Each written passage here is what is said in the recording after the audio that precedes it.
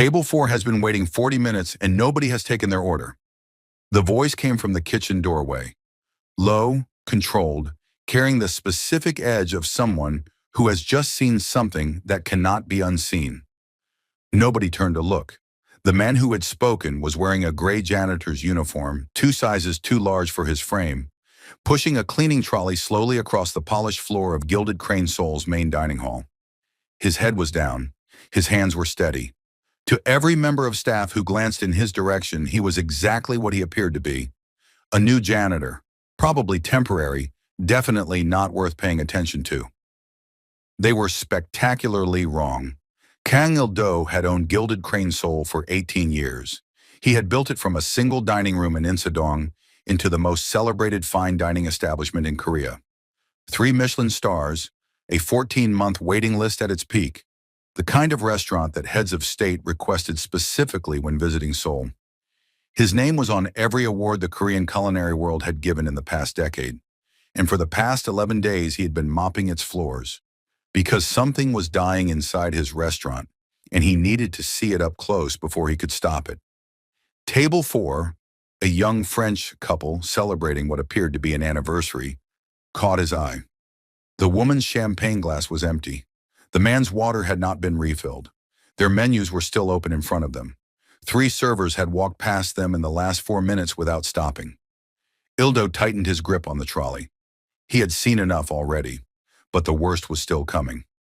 Gilded Crane Seoul had started losing customers 8 months ago. Not dramatically, not all at once.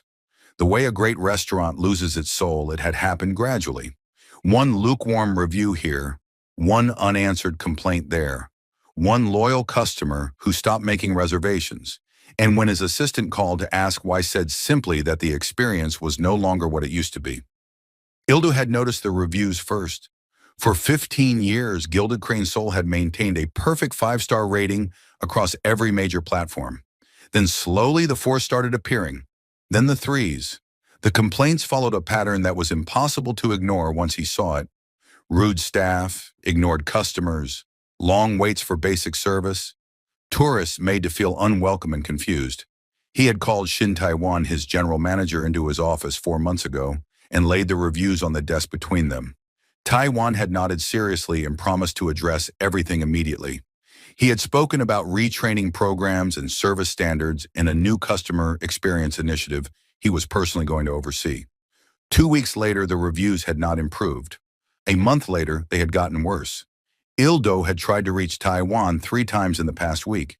Each time his assistant said the GM was handling an urgent operational matter and would call back shortly. He had not called back once. Il-do had made his decision on a Sunday evening, sitting at his desk reading a review from an American travel blogger with 4 million followers who had visited Gilded Crane Seoul and written simply, "The food is still extraordinary. The staff will make you feel like your presence is an inconvenience. Save yourself the experience." He had picked up the phone, called his HR director, and asked her to process a new temporary staff application under a different name. He started the following Monday. By his 3rd day inside Gilded Crane Seoul, Il-do understood that the problem was worse than the reviews had suggested. It was not one bad employee. It was not a temporary dip in morale. It was a culture, a specific and deeply embedded culture of selective service that had taken root in his restaurant while he had been running the business from his office upstairs and trusting Taiwan to manage the floor. The culture operated on a simple, brutal principle: tip first, service after. Regular Korean customers who were known to tip well received immediate attention. Menus presented with warmth, orders taken promptly, food delivered with genuine hospitality. Everyone else, tourists, first-time visitors, elderly customers on fixed incomes, young couples clearly watching their budget, received a completely different experience. On his 4th day, Il-do watched Lee Sang-ho, the senior floor server who appeared to run the dining room by informal authority, spend 12 minutes chatting with a table of Korean businessmen he clearly knew personally, while an elderly Japanese couple at the adjacent table sat with empty water glasses and menus they could not read, waiting for someone to help them choose. When the Japanese couple finally managed to flag Sang-ho down, he walked over with the specific expression of someone performing patience they did not actually feel. "You want?" he said in broken English without looking at them directly. The elderly man pointed hesitantly at the menu. "We are not sure. Could you perhaps help us?" "Just point," Sang-ho said. "I come back." He did not come back for 11 minutes.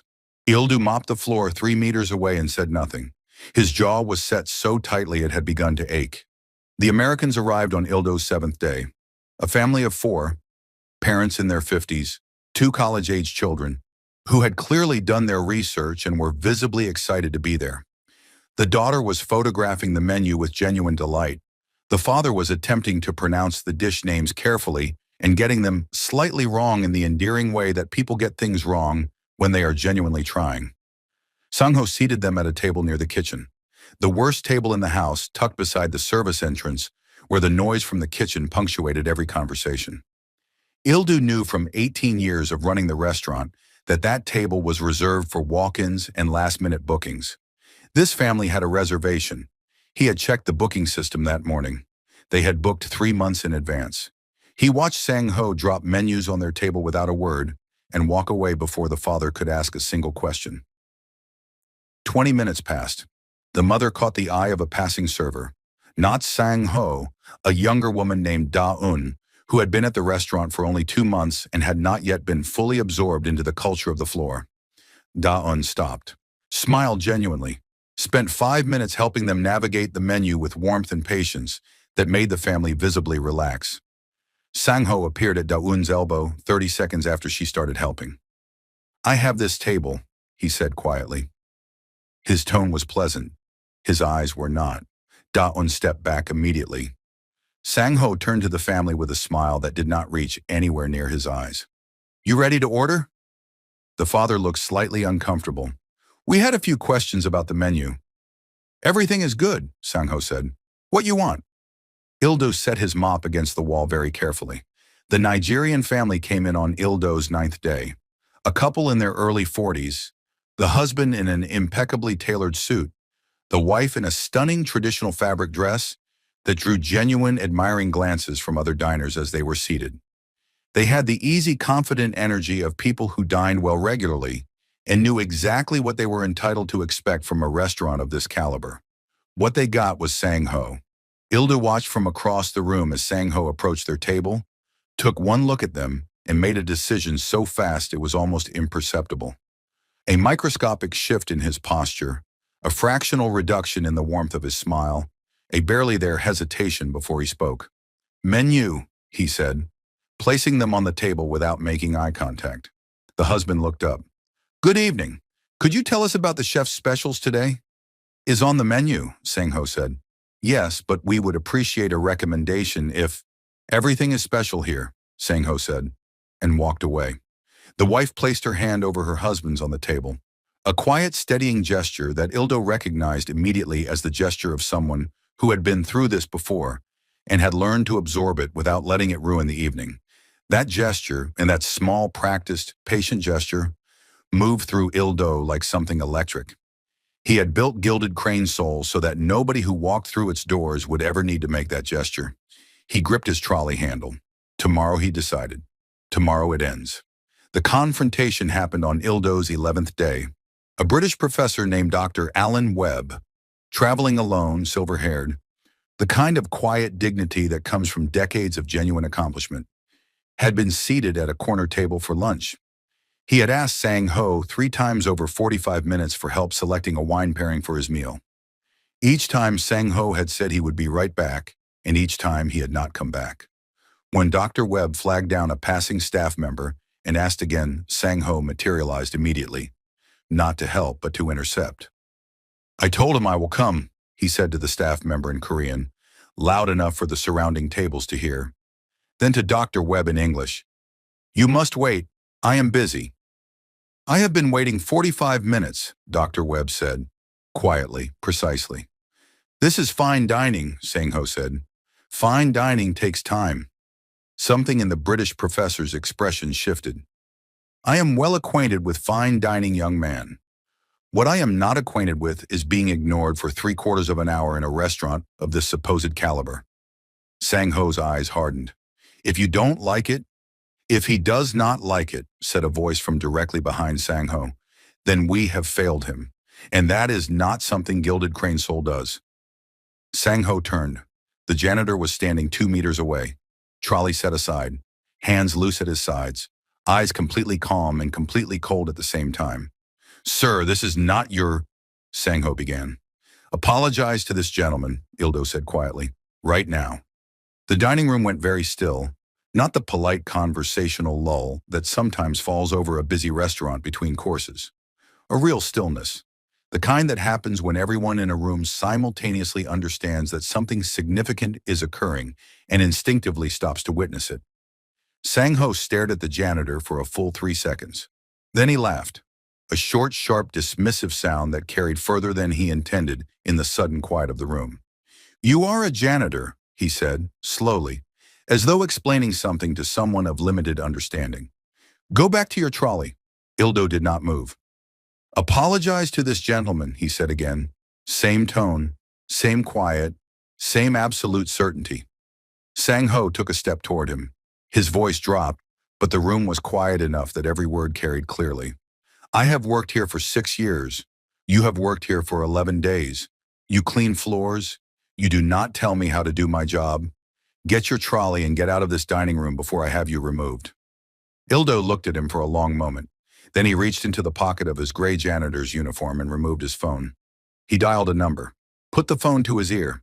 Director Yoon, he said when the call connected, please come to the main dining room immediately and bring the staff files. Sang-ho frowned. Who is Director Yoon? What staff files? What are you? The door to the restaurant opened, and Shin Tae-won walked in, still tan from his vacation, relaxed, completely unprepared. He scanned the dining room with the easy confidence of a man returning to familiar territory after a pleasant absence, and his eyes landed on the cluster of people near Dr. Webb's table. He looked at Sang-ho. He looked at the confrontation. He looked at the janitor standing in the middle of it all, and every drop of color left his face simultaneously. Tae-won's mouth opened, closed, opened again. Nothing came out. Il-do turned to look at him with the specific expression of a man who has been waiting for this moment for 11 days and has had considerable time to decide exactly what he's going to say when it arrives. Tae-won, he said, quietly, the way you say someone's name when the name itself is the entire indictment.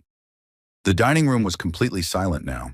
Every diner, every staff member, every person in that room was watching with the fixed attention of people who understood instinctively that what they were witnessing was not a routine workplace disagreement.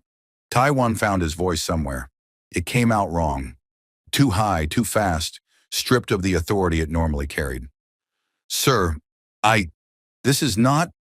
I just returned from vacation, Il-do said. Yes, I know where you have been, Tae-won. I have been here. He gestured slowly around the dining room, at the tables, at the staff standing frozen at their stations, at Sang-ho, who had gone completely still beside him, with the expression of a man whose entire understanding of the last 11 days was rearranging itself into something catastrophic. I have been here every day, Il-do continued, watching, learning, understanding exactly what has been happening to this restaurant while you were managing it. He reached into his pocket again, removed a small folded piece of paper, set it on the nearest table without looking at it. That is my resignation from the temporary janitorial position, he said, effective immediately. He reached into his other pocket, removed a business card, placed it beside the folded paper. Sang-ho looked at the card. His face did what Tae-won's face had done 30 seconds earlier. Kang Il-do, founder and chairman, Gilded Crane Seoul.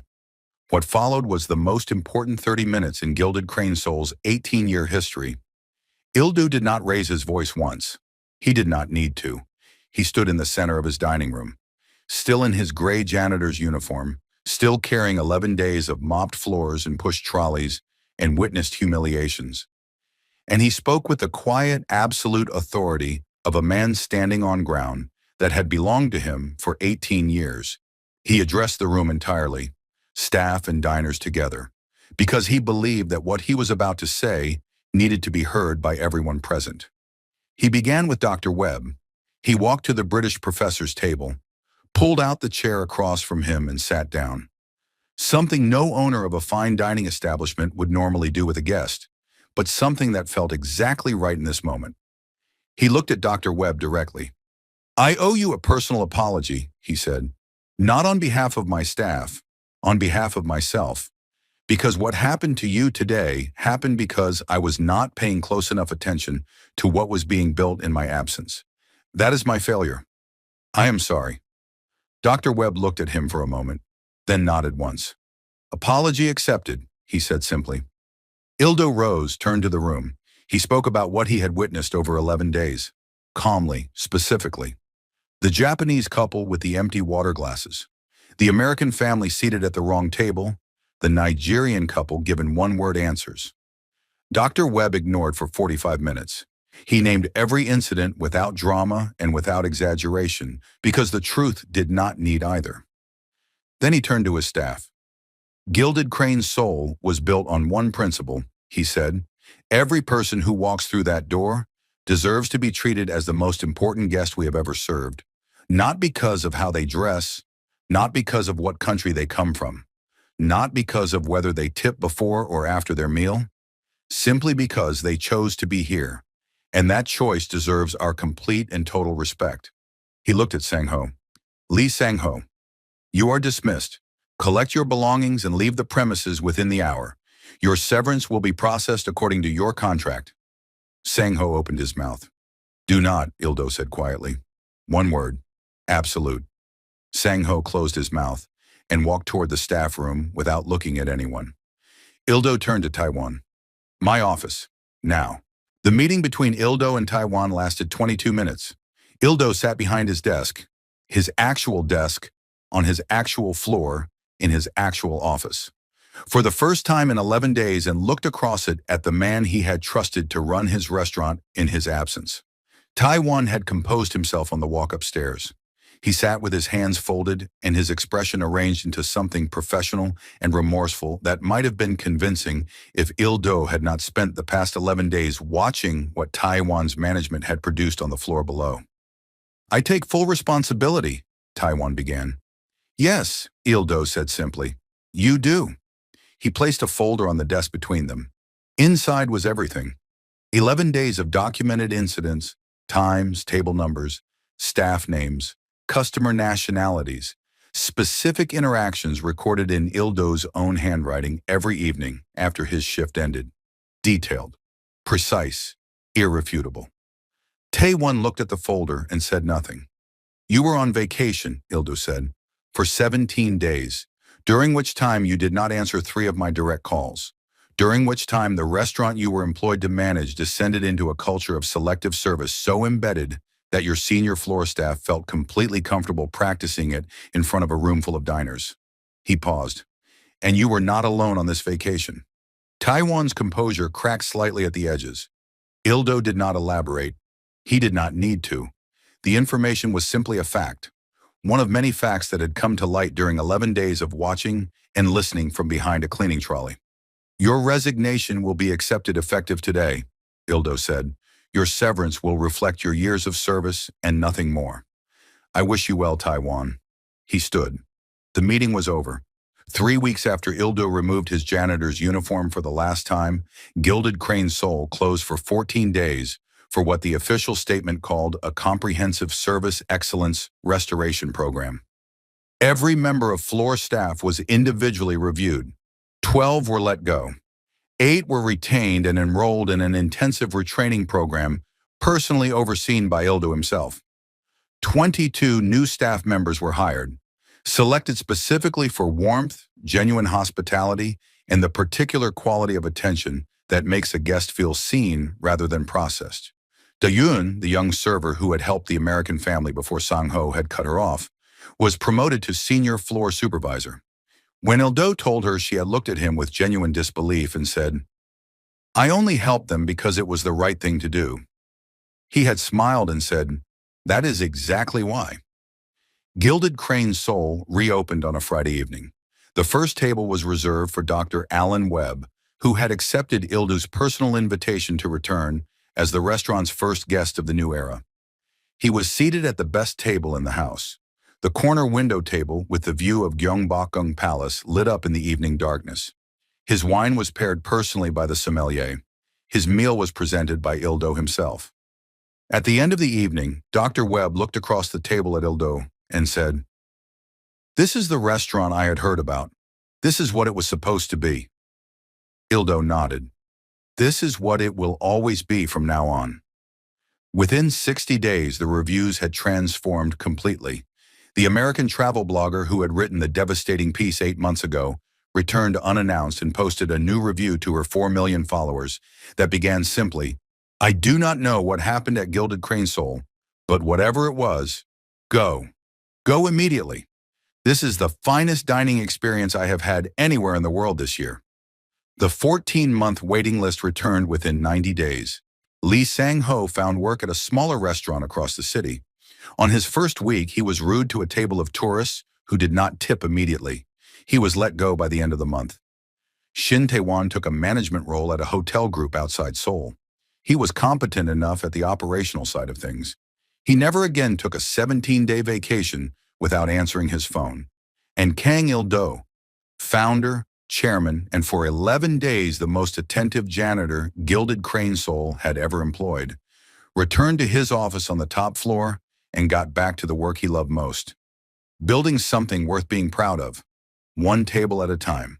The moral lesson of this story is that respect is not a reward for those who tip well. It is the minimum standard every human being deserves the moment they walk through your door.